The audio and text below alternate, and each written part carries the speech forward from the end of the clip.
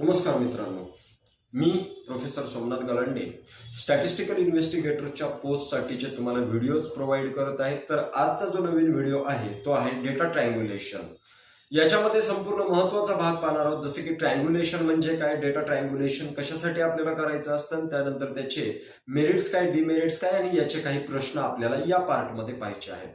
तर जास्त उशीर न करता जाऊयात आपण डायरेक्ट आपल्या व्हिडिओकडे, जे की आपण डायरेक्टली पाहूयात. थेरोटिकल पार्ट पहिल्यांदा काय असेल, चॅनलवरती जर नवीन असताल तुम्ही तर चॅनलला सबस्क्राईब करायला, व्हिडिओला लाईक करायला आणि शेअर करायला विसरू नका. त्यासोबतच बेल आयकॉन ऑन करा. ओके, तर मित्रांनो, सर्व महत्वाचा भाग आणि एमसीक्यू प्रश्न उत्तरे आपल्याला याच्यामध्ये पाहायचे. ओके, तर ट्रायंग्युलेशनचं मिनिंग पहिल्यांदा समजून घेऊयात आपण. ओके, ट्रायंग्युलेशन म्हणजे काय? Often used to indicate that more than two methods. Okay, साहजिकचपणे दोन किंवा दोन पेक्षा जास्त मेथड ज्या वापरतो आपण डेटा प्रेझेंट करण्यासाठी, त्याचं अनालिसिस करण्यासाठी आपण दोन किंवा दोन पेक्षा जास्त मेथड वापरत असतो, त्याला आपण ट्रायंग्युलेशन डेटा म्हणत असतो. जसे की या पार्टमध्ये पाहिलं असेल तर मेथड 1 आणि मेथड 2 थोडक्यामध्ये तुम्हाला सांगितलेलं आहे. कन्फर्मेशन ऑफ रिझल्ट, ज्याच्यातून आपण रिझल्ट कन्फर्म करत असतो. ओके, तर often used to indicate that more than two methods are used in a study with a view to double or triple checking result. दोनदा किंवा तीनदा चेक करायचा रिझल्ट जो आहे त्याचा, त्या मार्गातून. Okay, this is also called as cross examination. याला आपण काय म्हणू शकतो? Cross examination. जसे की तुम्ही पाहिलं असेल तर काही ठिकाणी जर कोणती घटना घडली तर त्याला दोन प्रकारे एक्झामाइन करून पाहत असतात. क्रॉस एक्झामिनेशन त्याला म्हणत असतो. ओके, पोलीस करताना एन्क्वायरीज, पोलिसांमार्फत ज्या एन्क्वायरीज होत असतात त्या क्रॉस एक्झामिनेशन एन्क्वायरीज असतात. या प्रकारचा डेटा तुम्हाला चांगल्या प्रकारे समजून येईल. ओके, तर हिस्ट्री. आता याची हिस्ट्री काय आहे याच्यावरती पण एखादा एमसीक्यू विचारले जाण्याचे चान्सेस आहेत. याच्यावरती डेफिनेशनवरती पण एमसीक्यू विचारला जाऊ शकतो की often used indicate that more than two methods are used. Where more than two methods are used in data triangulation. Okay, study with a view to double or triple checking result. आता याच्यावरती हिस्ट्रीवरती कशा प्रकारे विचारला जाऊ शकतो, तर कोणत्या सालामध्ये याला कोणी पहिल्यांदा वापरले, याचं ग्रीक वर्ड वगैरे कोणते आहेत हे पाहूयात आपण. History, the concept originating from ancient Greek mathematics is applied in a wide range of sphere. वेगवेगळ्या क्षेत्रामध्ये वाईड रेंज मध्ये त्याला वापरण्यात आलं. स्फेअर मीन्स क्षेत्र म्हणू शकतो त्याला. इन्क्लुडिंग जिओमेट्री अँड सर्वेइंग, म्हणजे त्याच्यामध्ये हे दोन्ही क्षेत्र आले त्याच्यामध्ये, including geometry and surveying. Okay, in navigation it is used to establish a ship position. Navigation माहिती असेल तुम्हाला, स्थान निर्देशक करणार. ओके, नॅव्हिगेट, रस्ता निर्देशक वगैरे आपण त्याला म्हणू शकतो. तर नॅव्हिगेशन मध्ये it is used to establish a ship position. शिपची पोझिशन माहिती करून घेण्यासाठी पण आपण ट्रायंग्युलेशन वापरायला लागलो. Okay, measuring a vessel's distance from more than one point on the shores gives a more accurate reading of this its location. म्हणजे समुद्र किनाऱ्यापासून वगैरे व्हेसलचा आवाज जो आहे तो किती वेळापर्यंत जातो, म्हणजे आपण समुद्र किनाऱ्यापासून किती लांब आहोत याच्या मार्फत याच्यावरून कॅल्क्युलेशन आपल्याला करणं सोपं व्हायला लागलं. ही आहे हिस्ट्री कशाची? ट्रायंग्युलेशनची. तर जाऊयात पुढे. कंटिन्यूड पार्ट आहे 1959 ला. ओके, एक कंटिन्यूड पार्ट. ओके, 1959 मध्ये कॉम्बेल अँड फिस्के यांनी ही कन्सेप्ट पहिल्यांदा यूज केली. 1959 ला म्हणजे पहिल्यांदा, त्याच्या अगोदर पण वापरली असेल परंतु आपल्याकडे अवेलेबल हिस्ट्रीनुसार कॅम्बेल अँड फिस्केनी ही कन्सेप्ट यूज केली. 1966 ला वेब याची स्टडी केली आणि 1917 ला डेन्झिन यांनी याची स्टडी केली. Okay, premises, no single method ever adequately solve the problems of rival causal factor. म्हणजे यांचं म्हणणं काय, no single method ever adequately solve. कुठलीच एक मेथड पुरेसं सोल्युशन तुम्हाला देऊ शकत नाही, म्हणून दोन किंवा दोन पेक्षा जास्त तुमच्याकडे मेथड्स अवेलेबल असणं गरजेचं आहे. Problems of rival causal factors. Okay, because each method reveals different aspect of empirical reality. प्रत्येक मेथडची वेगवेगळी एक इम्पेरिकल रियालिटी असते, एक वेगळा परिणाम असतो त्याच्यामध्ये. Multiple methods of observation must be employed. वेगवेगळ्या मेथड ज्या आहेत ऑब्झर्वेशनच्या त्या एम्प्लॉइड केल्या गेल्या पाहिजेत, त्या कामात असल्या पाहिजेत. यालाच आपण काय म्हणत असतो, तर यालाच म्हणतो आपण ट्रायंग्युलेशन, डेटा ट्रायंग्युलेशन असं म्हणतो त्याला. ओके, तेवढं पर्पज काय आहे डेटा ट्रायंग्युलेशनचा? The main purpose of triangulation in educational and social science research is to increase credibility. Credibility increase करण्यासाठी डेटा ट्रायंग्युलेशनची स्टडी करणं महत्वाचं होतं. आता क्रेडिबिलिटी म्हणजे काय? ते विश्वासार्हतापणा त्याच्यामध्ये वाढवणं गरजेचं होतं. आणि व्हॅलिडिटी आणि त्याची जी काही मर्यादा आहे ती वाढवण्यासाठी, व्हॅलिडिटी वाढवण्यासाठी, ओके, त्याला सिद्ध करण्यासाठी, जो रिझल्ट आपल्याला आहे याला सिद्ध करण्यासाठी डेटा ट्रायंग्युलेशन आणि त्याची क्रेडिबिलिटी चेक करण्यासाठी डेटा ट्रायंग्युलेशन हा पर्पज होता डेटा ट्रायंग्युलेशनचा. पुढे कंटिन्यूड पार्ट आहेत. वेगवेगळ्या यांनी सांगितलेल्या डेफिनेशन्स आहेत. कोहेन अँड मॅन्युअल यांनी सांगितलेली ट्रायंग्युलेशनची definition. Attempt to map out or explain more fully the richness and complexity of human behaviour by studying its from more than one standpoint. म्हणजे एकपेक्षा जास्त ठिकाणी पाहून एखाद्या व्यक्तीची स्टडी करणं. जसं की तुम्ही मागे एक व्हिडिओ पाहिला असेल की एक जो होता तो कटिंग केल्यानंतर त्याला एवढं तो कटिंग मध्ये गळ होता की त्याच्यामध्ये व्यवस्थित डोक्याला शेप दिल्यानंतर तो इथून पाहायचा, बाहेर खिडकीतून जाऊन पाहायचा, लेफ्ट साईडने पाहायचा, राईट साईडने पाहायचा. म्हणजे एका स्टँडनी चेक करण्यापेक्षा वेगवेगळ्या स्टँडनी जिथं डेटा चेक केला जातो त्याला आपण डेटा ट्रायंग्युलेशन असं म्हणत असतो. ओके, कोहेन अँड मॅन्युअलची डेफिनेशन होती 1986 मध्ये. Altricher et al. 1996 contained that triangulations gives a more detailed and balanced picture of situation. More detail and balanced picture of situation हे आपल्याला देत असतं. ही डेफिनेशन होते अल्ट्रिक्चर एट 1996 ला ही डेफिनेशन आपल्याला सांगितली होती. कंटिन्यूड पार्ट आहेत हे 2003 ला सांगितलेली वेगवेगळ्या म्हणजे वेगवेगळ्या एराज मध्ये वेगवेगळ्या डेफिनेशन्स एक्सप्लेन केलेले आहेत. आता इथं काय म्हटलेलं आहे तर डॉनक अँड पंचची डेफिनेशन आहे 2003 ची. Method of cross checking data from multiple sources. Method of cross-checking data from multiple sources to search regularities in research data. Research data करणं याच्यामध्ये रेग्युलॅरिटीज रिसर्च डेटामध्ये ठेवणं यालाच आपण काय म्हणतो डेटा ट्रायंग्युलेशन. वेगवेगळ्या एरियाज आणि वेगवेगळ्या डेफिनेशन्स एक्सप्लेन व्हायला. शूची डेफिनेशन आहे 2009 ची. Defines triangulation as using multiple sources of data. Multiple sources of data, data collection methods or both and multiple investigators to collect data. तर यालाच आपण काय म्हणत असतो ट्रायंग्युलेशन. हे सगळे मिनिंग ट्रायंग्युलेशनचे होते.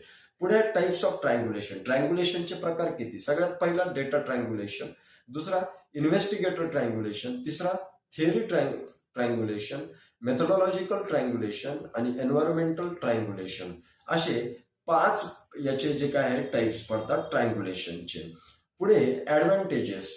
तर ट्रायंग्युलेशनचा फायदा काय? कॉन्फिडन्स म्हणजे याच्यामध्ये ॲश्युरिटी असते, इनोव्हेशन, नवीन काहीतरी घटना याच्यामधून उत्क्रांती होते, युनिक फाइंडिंग, एक विशिष्ट प्रकारचे याच्यामध्ये शोध केला जातो. म्हणजे एखादी जर आपल्याला काही डेटामधून आपल्याला रिसोर्समधून त्याच्यामधून काहीतरी आपल्याला शोधायचं असेल तर त्याच्यामध्ये युनिकनेस आहे. Okay, challenging or integrating theories. Okay, challenging आहे आणि इंटिग्रेटिंग आहे. इंटिग्रेशनचं मिनिंग तुम्हाला माहितीच आहे त्याच्यामध्ये. ओके, म्हणजे जे काही सांख्यिकी वगैरे त्याच्यामध्ये पार्ट घेऊ शकतात. क्लिअर अंडरस्टँडिंग आणि सोपं समजायला आहे.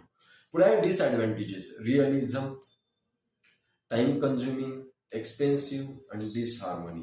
हे आहेत त्याचे डिसएडव्हान्टेजेस. कशाचे? डेटा ट्रायंग्युलेशनचे. Okay, conclusion. आता थोडक्यात याचा निष्कर्ष आपण काय काढू शकतो? Triangulation is possible and good way to reap the benefits of both qualitative and quantitative methods. Both methods आहे त्याच्यामध्ये, qualitative and quantitative methods. It is not aimed merely at validation but depending and widening one's understanding. It tends to support interdisciplinary research rather than the restricted with social science.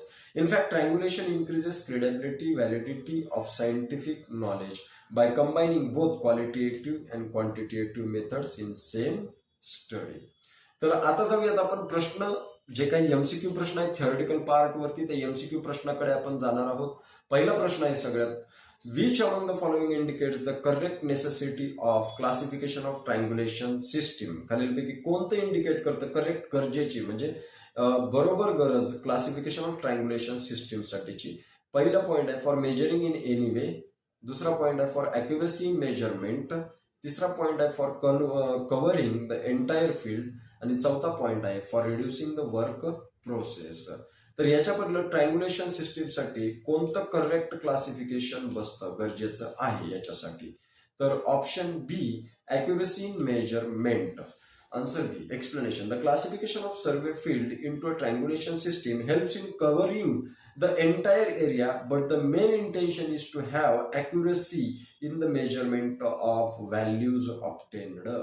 तर याच्यामध्ये entire area तर cover होणं गरजेचं आहे, परंतु सगळ्यात महत्वाचा जर काही पार्ट आहे तर तुम्हाला म्हणलं होतं ना, क्रेडिबिलिटी वाढते. क्रेडिबिलिटी वाढली म्हणजे काय, तर अॅक्युरसी येणे त्याच्यामध्ये. ओके, पुढचा प्रश्न आहे, the figure given below describes which of the following methods. खालील दिलेली फिगर कोणती मेथड डिस्क्राईब करते. ओके,